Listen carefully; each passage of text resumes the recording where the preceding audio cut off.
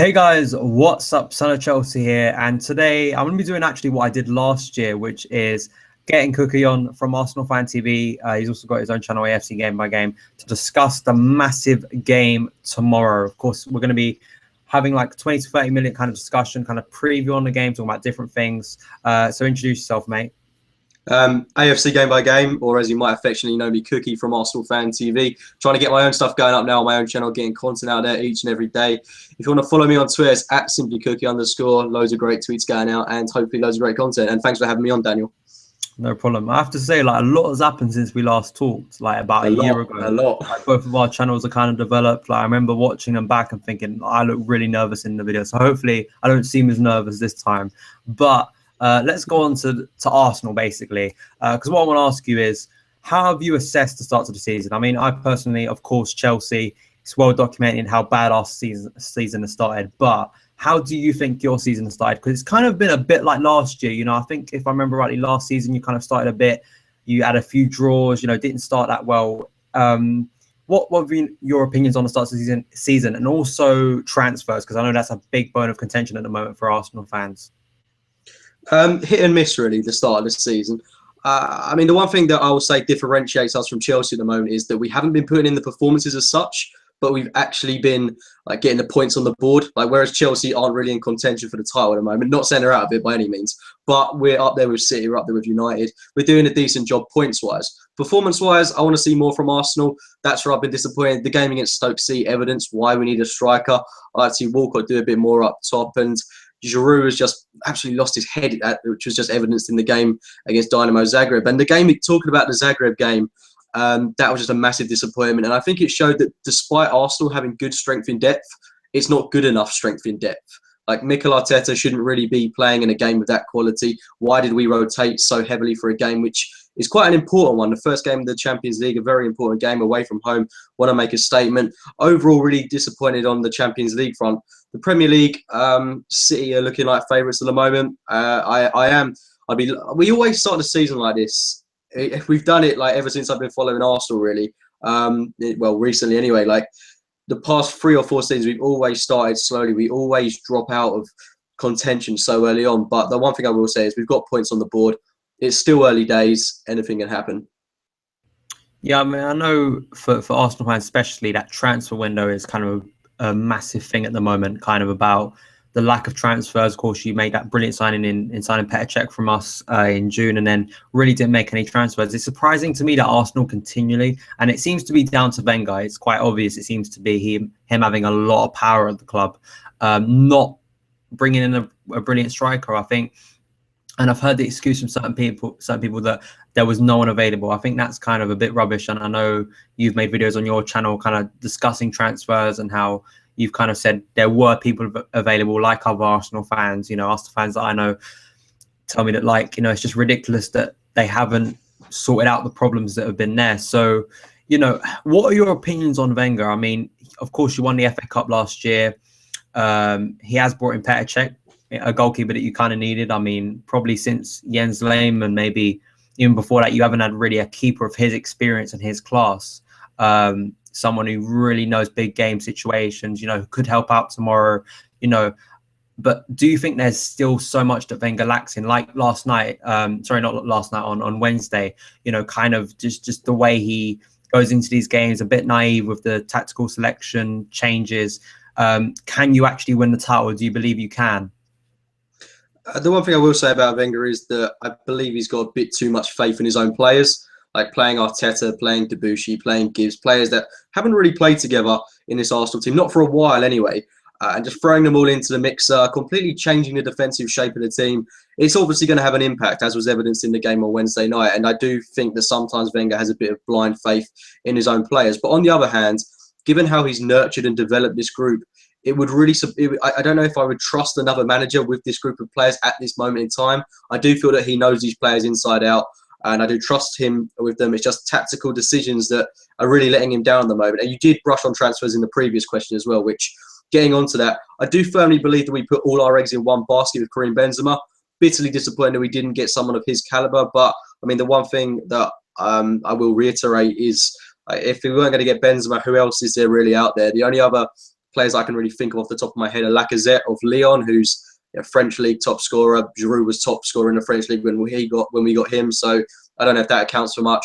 You had Edison Cavani, who arguably has passed his best. So apart from Benzema, I can't really think of anyone out there who was world class and available. The position that I wanted Arsenal to strengthen more than anywhere on the pitch, because I didn't think our striking options were bad, because we've never really had a prolific goal scorer since Henry left. We've had players that have contributed from each and everywhere on the pitch, and that seems to work for us. But the one area that I wanted Arsenal to strengthen without a shadow of a doubt was defensive midfield. And every single issue that we have within our team in that position was evidenced in the game against Zagreb, because Arteta just couldn't keep up with the pace of the game. Flamini, I think he could have done a better job, but he's still not Arsenal standard, in my opinion. Coquelin is going to develop into a world-class player. He's found his position within Arsenal. Taken a long time for him to get there, but at 24 years of age, developing into a world-class defensive midfielder for us. But we needed someone to back him up. If we'd have spent that extra 20, 30 million in the transfer window, we could have had Schneiderlin lining up against someone like Cazorla in the midfield pivot on Wednesday. But it's disappointing that we didn't strengthen in the summer when we had a great opportunity to win the league this season. And personally, given the way we've dealt with this window, given the current crop of players we've got, I think we're just going to fall short of winning the league. But I mean, also you've seen the injuries this season as well. I think that was one thing that I think people don't take into account, is the amount of injuries you get. And, Danny Welbeck, of course, hasn't started the season, neither of Jack Wilshere, but both of them have kind of a bit predictable, really, because it has happened in the past with Arsenal players. Their injuries now look extended than they were before, especially Danny Welbeck. That's a thing that needs to be kind of sorted out with Arsenal, because if you can't keep your big players fit throughout a season, you're just not going to win. I mean, the fact is, last season, John Terry was fit for literally every Premier League game. I mean, it's quite amazing with his age and stuff. And you need key players fit for a long period of the season, because it's quite simply like the amount of changes sometimes Arsenal have to make and bring in players because you don't have adequate cover in certain positions. I know last season you had to bring in Monreal at centre-back at a point because you had injuries. It's just like it costs you in the end. You can win some games because of the quality up front, but it does cost you. And I just wonder with Arsenal, is it a case where it is getting to the point now where you're running out of excuses for why you can't spend that money? I know one of your people on the board came out and said 200 million, but I doing some research and finding out from people who actually a bit know about Arsenal say it was about 70 or 80 million, maybe just below that, but do you think it's right that you've got someone on the board coming out and saying we've got 200 million to spend and you only spent 10 million of it in the transfer window? Do you just think that's bad kind of management? And Arsenal are in truth are a really well run club, with financial fair play, the stadium, the way you're making your club so stable for the future, and you're just not spending money in the transfer window. Do you think, just in the case of the way the board are acting, do you think you feel cheated sometimes as an Arsenal fan? I mean, it was the Chips Keswick that came out saying that. And I mean, you mentioned that we had 70, 80 million actually to spend, but that was transfer kitty. In the actual bank, we've got about 194 million, give or take a few million. But when people come out saying stuff like that, I don't really pay too much attention to it, to be honest, because it's all front. And it doesn't benefit our situation in the transfer market, because you go in for a player like Benzema, you offer 40 million on the table, they'll bump it up to 60 because they know you've got so much money in the bank. So that didn't benefit us in any way. It's just frustrating more than anything that season upon season upon season, and it's not just the Chips Keswick that keeps doing it, it's Wenger himself that just mentions, if we want to go out there and buy the best player in the world, we can do. We've got the funds to do it. And I'm not saying they should go out there and buy Messi or Ronaldo or whatever, but at least strengthen the areas that we need evidently to strengthen, because we bought in Czech, and it started similarly to the way that last summer started. We bought in Alexis Sanchez, and he kick-started our transfers. We bought in Debussy, we bought in Danny Welbeck, etc. It was a good window for us in 2014. But this season, Petr Cech, and it's just speculation for months. And we just ended up with no one. And I'll reiterate that I don't think this squad is good enough to win the league at this moment in time.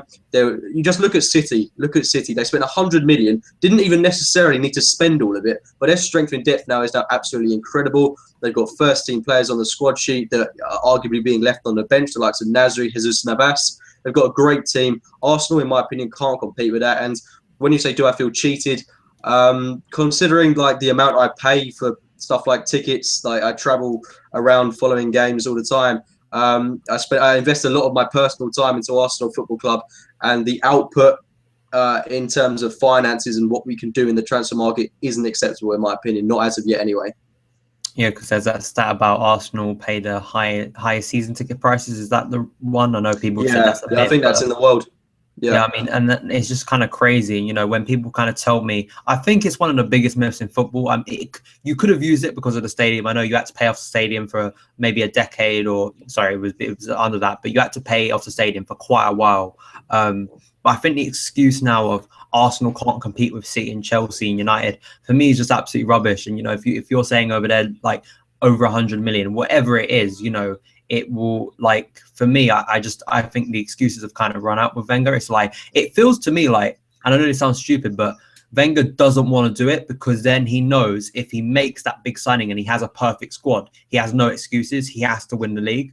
I know it sounds really stupid, but like, that's the only kind of not like logical way I can look at it. Like, he's scared to go out and buy, like, so for instance, Jose, when he came back for that first season, we clearly had holes in the squad up front. We didn't have a good enough like goals up front. So Jose went out, bought Diego Costa, who was probably the best option at that time. We had it wrapped up probably before even he signed for us. Actually, it was kind of well known that Chelsea were going to sign Costa.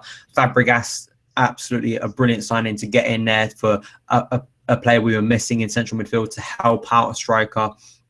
You know, so kind of Jose had no excuse last season not to win the league because he'd filled all the areas that we'd struggled with the season previously. Do you think Wenger is just like kind of scared to go out of his way to slam down that money and say, like, if he went out there? I know Benzema said no, but you get a Benzema, get a Cavani, get a Lacazette, get a Jackson Martinez. You know, Jackson Martinez, even though he may not be, people say he may not be like world class, or he may not be first striker, you know, he's still brilliant, a brilliant player to bring in because, you know, and the fact that he's gone to Atletico Madrid, surely Arsenal should see themselves as bigger than Atletico Madrid in some ways, you know, just competing with Atletico. So do you think he is sometimes a little bit too scared to go that extra mile to make that? Because then literally all the pressure's on him, like there'll be no excuses for him. Do you think that could be a reason?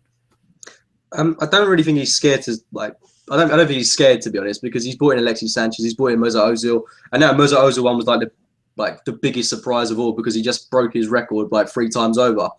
So I don't think it's a case of being scared, but I think the issue, he doesn't know his strongest 11 and he doesn't know where needs strengthening. And I'll bring it back to the blind faith in players thing, because I think he has a lot of faith in players like Giroud and Walcott that will compete for that striking role, and he sees them as out-and-out strikers. So in his mind, he doesn't need to go out there and buy a world-class striker because those are the options. And it goes the same goes in defensive midfield, Coquelin and Arteta. If Coquelin hadn't emerged, I can't help but wonder what position we would be in. Like if that hadn't happened, would we still have Arteta and Flamini in the squad? And it's still no excuse why we didn't go out there and buy a defensive midfielder anyway, even with the emergence of Francis Coquelin. So that does frustrate me in one sense. But I mean, the only real gap in Arsenal's squad that I think we can refer to right now is the striking role. Our depth is questionable, like I mentioned, the Coquelin thing, which I brought up about 5 times now, but that's the one area that is Arsenal's key weakness if he was to get injured. But the defence, I think, picks itself right now. Gabriel is playing some fantastic football. We've got Petr Cech, which was a hole until that was plugged. We've got the front three behind the striker, which is constantly changing, but it seems to be Ramsey, Ozil and Alexis behind Walcott, which I think is the main striking option. I do think Walcott can come good if he bangs a couple of goals in, if he has a consistent run in the team. I do think he could be a prolific striker for Arsenal, but it remains to be seen. I do think the one area that desperately we needed to plug as such was the striking role. But I wanted to get onto Chelsea a little bit, actually, because what you mentioned there about bringing in the likes of Costa, bringing in the likes of Matic in the January transfer window, bringing in Fabregas, holes that are in your squad that evidently needed to be filled. I mean, last summer you went bish, bash, bosh, filled the squad, and you had a title-winning team. But why is that not happening this season? I think it is difficult to kind of for a lot of Chelsea fans to kind of wrap our heads around. You know, I think the fact we were so dominant last year and we had the perfect balance in the team. I don't mean this as an excuse, because I've said there's still no excuse for some of our performances, especially that one at Everton. You know, that's just unforgivable. The lack of effort some of our players put in that game, and the way we played. But I still think we messed up with preseason, and I still think it's costing us right now. Coming late back after preseason, we had these two stupid postseason games, and I think Sydney and Thailand after like a week after the season ended. So the players still had to stay with the team rather than going, and they had to go out on internationals as well. So also we had a little bit of tiredness in the squad at the end of last year, so I could see why Jose maybe gave them a rest. But in the transfer window, we seem to wait for, like, we made some good signings. I mean, I've said this before. I think a lot of the time with signings, it's when they happen. It's not actually the signings themselves. I think Chelsea fans, you probably may see some Chelsea fans say it's been an awful transfer window, but I don't think it actually was. We signed Pedro, a brilliant signing. Some Begovic, who was a replacement for Cech. I think he's a brilliant replacement for Cech. From what I've seen of him, I think, I think he is just. I'm confident of him being in goal. He's not, of course, he's not world class, but he was one of the best keepers in the Premier League. And to come to Chelsea, and I feel sorry for him in some ways, because he kept the score down at City, he kept the score down at Everton. And I think what it is you have players who are not performing at the standard they should be. The likes of Ivanovic, who just for some reason has turned up this season, and it's just a massive hole on the right side. So literally nearly all the goals we conceded this season have come from that side. Players not putting in the effort, players not making that extra kind of effort, like the aggressiveness that is so well known for Chelsea, kind of getting in people's faces. Like Diego Costa, one of the best things about him is the fact that for me, he's kind of does this kind of methodical kind of act of aggression last season. You look at that Everton game, at times last season, but this season he just seems to be fighting with the ref, and it's really surprising. Players like Hazard going missing. I mean, it's just ridiculous to kind of think of that. Fabregas, I know certain players just really going missing, and I think it does take a little bit of tactical adjustment from Jose at the back. I think players like Loftus-Cheek should be brought into the team. This bad start, I think, has helped Loftus-Cheek massively, because it's given him a chance to get in the team. Does Jose pull the trigger and put him in the team tomorrow? It'll be interesting. But I don't think we've got average players. Sooner or later, the team's going to click. I mean, we had a good win on Wednesday. Of course, the opposition wasn't very good, but I think we just needed a win on Wednesday. And, seeing the likes of Fabregas, Loftus-Cheek, Willian, Oscar, who came back from fitness looking sharp, the defence as well looking a bit more solid in the week, it must give confidence to the players. So sooner or later, we're going to come good. We've still got a brilliant squad in context. I mean, you look at some of the names on there, and you looked at what they did last season. It's only going to be a matter of time before they get back to that form. All teams go through bad periods. It's how we react to that period. And, tomorrow is going to be an absolutely crucial game. I still think, like, for instance, Arsenal clearly need a defensive midfielder. I don't think we're in dire need of any place in the team, like a signing. I just think it's the form of the players at the moment, and maybe the only position at the moment I'd say is that central midfielder. But we've got one in Loftus-Cheek, who I think the aggressiveness of him, the power he has, he gives us something that we haven't had since Lampard, that a player can burst through the middle with power, with pace, like a Yaya Toure, that kind of player. Like, people talk about going out and signing Pogba. Why sign Pogba when we've got a player who can become the future of Chelsea? So it's kind of a bit difficult to kind of wrap our heads around, but I think it's just down to form of the players and a lot of different factors. It hasn't been a good start to the season, but hopefully tomorrow we can get it kick-started. Yeah, I see where you're coming from there. I mean, so going over this game tomorrow, I wanted to ask you, because of course we've got about maybe 10 minutes and then we'll wrap it up. What are your feelings going into this game? Because, I mean, surely you should be more confident this time, especially considering our form this season. I mean, you probably should be feeling that you can come to the Bridge and have a better game. But of course, the mentality and the psychological aspect of coming to the Bridge, you haven't won here in what was it? I think 2011 was the last time Van Persie got a hat-trick. I think it was when we had Villas-Boas and we were playing a high line. A lot has changed since then with that team. And of course, different manager, and Jose knows how to beat Arsenal. This is a different game to the one at Community Shield. A lot has happened since the Community Shield. So what are your kind of feelings going into the game? Are you more confident than last year, or do you still think in the back of your head, if we get tactically this wrong, if Chelsea show up, still got players, do you worry about some of your players going missing like they do sometimes in big games? So what is your feeling going into the game tomorrow? I'm just as confident as I was last season, so not very confident. And even if we were top of the table, hadn't lost the game all season, I'm never confident going to Chelsea because they're kind of the team that almost are guaranteed to get something from us, even if we play well. We just struggle to score against them, which is why I was so glad when we won the Community Shield. I know that doesn't really account for much, but given how intense that match was, it felt like a great win in my opinion. It was great to be there on the day as well. But going into this game against Chelsea on Saturday at the Bridge, I think it's going to be a totally different story. I do worry about some players going missing. I'd like Ozil to have a big game, but I know he's not the kind of player to put in a massive performance. He'll do whatever he does subtly. Just for him to get an assist would be a huge boost to his confidence. I predict we'll start with Ramsey on the right-hand side because Chamberlain was disappointing in midweek.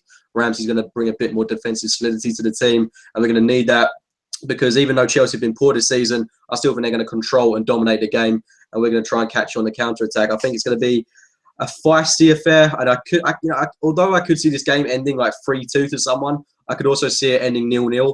It's that kind of game because both teams are going to want to win it so much. I think you need to win it a lot more than we do, which was a different story last season because I think you said the exact same thing to me. That we needed to win it at the time more than you did. So I do worry that if we lose, that although it will bring you a bit close to us in the table, it will also rejuvenate your season because if you're able to beat Arsenal at home, make a statement, you could go on to win like 5 or 6 games in a row, if not more than that, because you've got the quality, the players to do it. So I mainly want us to shut down Chelsea in a way, and kind of block them out of getting back into the title race. Because if we beat you, everything that went wrong on Wednesday is rectified just by beating you. And I do think that a lot of the issues on Wednesday were caused by the imbalance of the team. If we were to have played our first choice 11, I think we would have comfortably seen off Dynamo Zagreb. But that's just in the past now. But I do think with our first choice 11, we can rival you in this game. Confidence won't be at its best, but there are 2 ways to respond from that Zagreb game. The first one being, if we beat you, then it will be a massive boost to our team. And I think the players are going to be really up for it. They're going to want to respond after what happens. Or we can lose.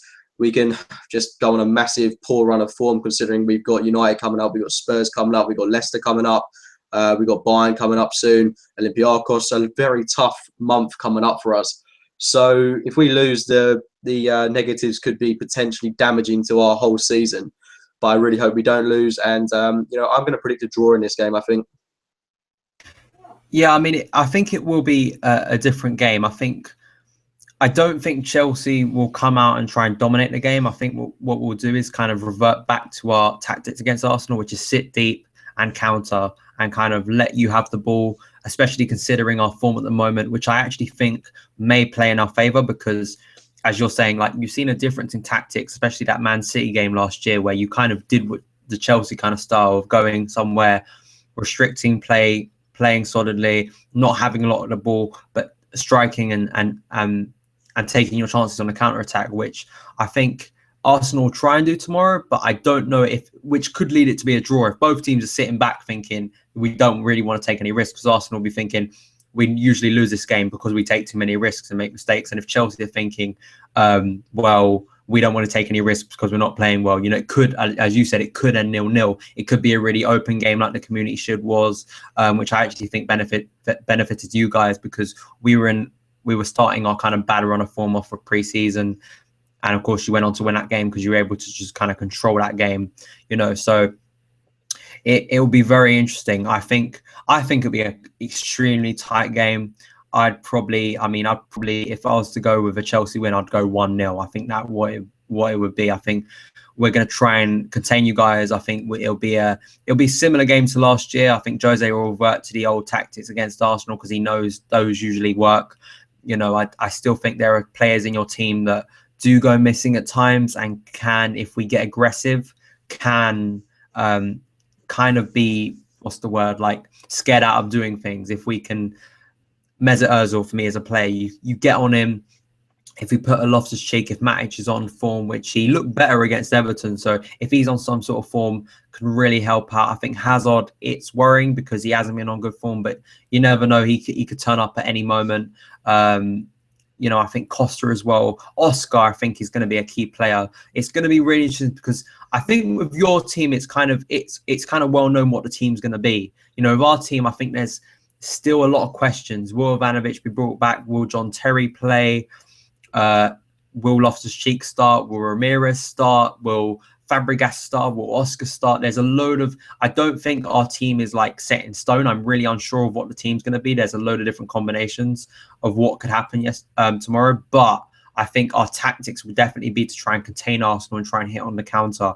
So I'd probably go for a 1-0 if I'm going for a win. Nothing more than that, because I think it'd be a really tight game. I'd be surprised if Chelsea go on and win like more than 2 goals. I just can't see it happening with the form we're in at the moment, and the fact that you guys know what's happened in the past at Stamford Bridge. You're going to want to come and try and contain us, and you know, you're not... I don't think you'll take as many risks, but I do think you've got players in that team who do kind of sometimes switch off, make a mistake, and that's, I think, what Jose's tactics will be, is to try and give Arsenal the ball, frustrate, contain them, and then sooner or later one of your players will make a mistake and try and hit on the counter. So that's kind of my opinions about the game. So do you want to give, like, so now I've kind of talked about the score predictions, do you want to give your like team lineup of who you predict will start tomorrow for your team?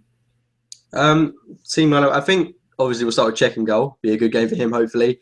Bellerin at right back. I really want to see him brought back into the team. Debuchy was woeful against Zagreb. Gabriel, questionable, but I mean, Mertesacker just recovered from a chest infection. Gabriel's been immense for us. He's, if not surpassing Koscielny at the moment, he's been that good. And obviously Koscielny alongside him picks himself. Monreal at left back. That's the back 5 in my opinion. That's just what's been so good for us over the past couple of games. And you just saw in the game against midweek how that was just unravelled by a few changes that were made. I think the goalkeeper will be crucial. Czech's got to be vocal, as he always is.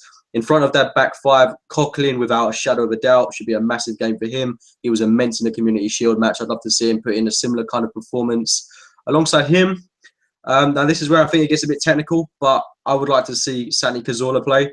But as well as that, Ramsey could possibly start there, because the midfield, I think, is going to be a massive battle. It will be huge. But then I think Ramsey's got a bit more muscle, a bit more bulk about him. But on the other hand, Cazorla can wriggle out of players. I think he can get out of someone like Matic's pocket, and be the player that can definitely provide a boost to someone like Mesut Ozil when he needs it.